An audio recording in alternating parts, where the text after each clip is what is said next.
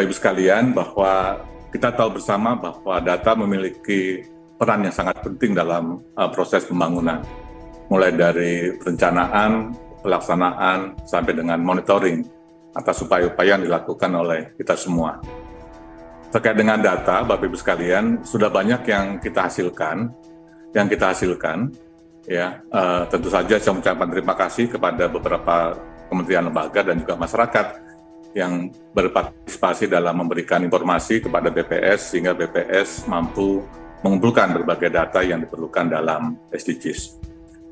Yang kedua, tentu saja dalam penyediaan data masih terdapat berbagai informasi atau data yang belum bisa kita kumpulkan. Oleh karena itu, pada pagi hari ini kita perlu mendiskusikan atau perlu saya menyampaikan bagaimana strategi pencapaiannya agar berbagai upaya atau program percepatan pencapaian SDGs itu mampu diukur dengan data-data yang berkualitas. Bapak Ibu sekalian, terkait dengan data, bahwa tidak bisa dipungkiri peran data begitu penting, terutama dalam hal monitoring atas berbagai upaya yang dilakukan oleh pemerintah, masyarakat, dan juga publik. Ini perlu didukung oleh data yang akurat, sehingga berbagai program itu bisa dilakukan evaluasi atas capaian. Nah, terkait dengan monitoring tentu saja membutuhkan kolaborasi dari berbagai pihak, ya mulai dari perencanaan, kemudian pengumpulan, dan juga bagaimana mendiseminasikan data. Oleh karena itu, diperlukan tata kelola statistik nasional, ya, yang di dalamnya mengatur bagaimana pembagian peran dan tugas di dalam penyediaan data. Bapak Ibu sekalian, dalam penyediaan data, kita juga masih dihadapkan dengan sejumlah tantangan. Ya.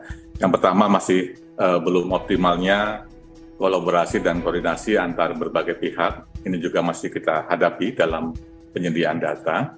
Yang kedua, masih belum tersedianya sumber daya manusia dan anggaran yang memadai, ya, baik yang ada di kementerian lembaga maupun di daerah. Ya. Yang ketiga, terkait juga dengan bagaimana data yang dihasilkan dalam SDGs ini mampu didesagregasi sampai dengan level tertentu yang bisa menggambarkan upaya pencapaian pada tingkat kabupaten kota. Jadi sejumlah tantangan ini, Bapak Ibu sekalian, ini yang perlu kita cari jalan keluarnya, bagaimana merubah tantangan itu menjadi peluang. Tentu saja ini perlu inovasi kita bersama, ya, dalam kolaborasi penyediaan data, baik untuk statistik dasar maupun sektoral, termasuk di dalamnya pemanfaatan sumber-sumber data baru atau yang kita kenal dengan big data. Jadi Bapak sekalian, ini adalah kondisi yang kita hadapi. Sekali lagi, ya, dalam kesempatan yang baik ini saya akan menyampaikan bagaimana ke depan kita melakukan kolaborasi, baik untuk penyediaan statistik dasar yang dikerjakan oleh BPS bersama dengan semua partisipasi yang terlibat dalam pengumpulan data, maupun statistik sektoral yang dimiliki oleh berbagai kementerian lembaga, dan juga bagaimana kolaborasi untuk memanfaatkan sumber-sumber data baru atau kenal dengan big data. Bapak Ibu sekalian, sebagai gambaran bagaimana upaya penyediaan data, ya, yang coba saya monitoring, ya, lewat satu publikasi yang pada Asia and the Pacific SDGs Progress Report tahun 2022. Kalau kita lihat di kawasan Asia Pasifik, ya, terkait dengan penyediaan data, ini menunjukkan progres yang sangat luar biasa, ya. Sebut saja misalkan tahun 2017, ya, di kawasan Asia Pasifik ini ada 63 jenis data, jumlah data yang kategorinya sudah cukup, ya, dan ada 63 data yang sudah tersedia masih kategorinya insufficient, dan juga ada 106 yang belum tersedianya data. Tapi sering waktu dan juga kolaborasi yang dibangun, ya, menunjukkan dari waktu ke waktu tren penyediaan data itu semakin baik. Ya. Bahkan di tahun 2021 ini, ya, yang saya kutip dari laporan tersebut, ya, sudah ada 123 data yang kategorinya sufficient, kemudian masih terdapat 83 yang insufficient, dan masih ada 25 jenis data yang belum dihasilkan di kawasan Asia Pasifik. Gitu, ya. Jadi tantangannya adalah bagaimana 83 indikator atau jumlah data yang insufficient tersebut dan bagaimana ya sama-sama menghasilkan data sebanyak 25 agar semua tujuan SDGs itu mampu disediakan datanya, juga mampu dijadikan sebagai alat untuk monitoring pencapaian SDGs. Nah, kalau kita lihat posisi kita di kawasan Asia Pasifik ya cukup bagus ya, ada di peringkat kelima ya. Peringkat satunya adalah di Filipina ya. Kemudian yang kedua Armenia, 3 Thailand, 4 Georgia ya. Dan Indonesia masih menyisakan ada gap yang harus kita sama-sama selesaikan ya, di mana 142 data sudah mampu kita hasilkan secara sufficient, secara cukup ya, dan 28 kategori masih insufficient.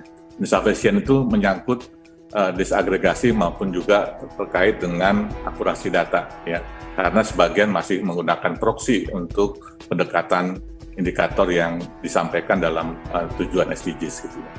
Dan ada 61 data yang masih memang menjadi PR kita bersama, bagaimana itu dapat dipenuhi gitu ya. Jadi Bapak Ibu sekalian, pada posisi ini saya ingin menyampaikan sekali lagi pentingnya inovasi ya melalui kolaborasi penyediaan data, terutama bagaimana mengoptimalkan ya atau menyempurnakan 28 indikator yang masih insufficient, dan juga bagaimana melengkapi 61 indikator yang memang belum tersedia datanya. Jadi penyediaan data tidak hanya dari BPS, tapi peran Bapak Ibu di Kementerian Lembaga dan juga para pihak sangat dibutuhkan ya untuk kolaborasi agar kita bisa menyiapkan semua indikator ya yang dapat dijadikan sebagai monitoring capaian daripada SDGs. Nah, Bapak Ibu sekalian, dari kondisi tadi BPS terus berkomitmen untuk bagaimana pemenuhan data-data baik terutama untuk kegiatan statistik dasar. Jadi dari evaluasi kita ya, dari 289 indikator SDGs yang secara nasional ini sudah 39,4% itu mampu disiapkan oleh BPS ya, atau 114 indikator ya. Ini baik yang dilakukan berasal dari survei maupun dengan cara-cara lain gitu ya. Kemudian sisanya itu 60,6% dari seluruh indikator SDGs itu kalau dipetakan memang menjadi tugas dari Kementerian Lembaga. Ya.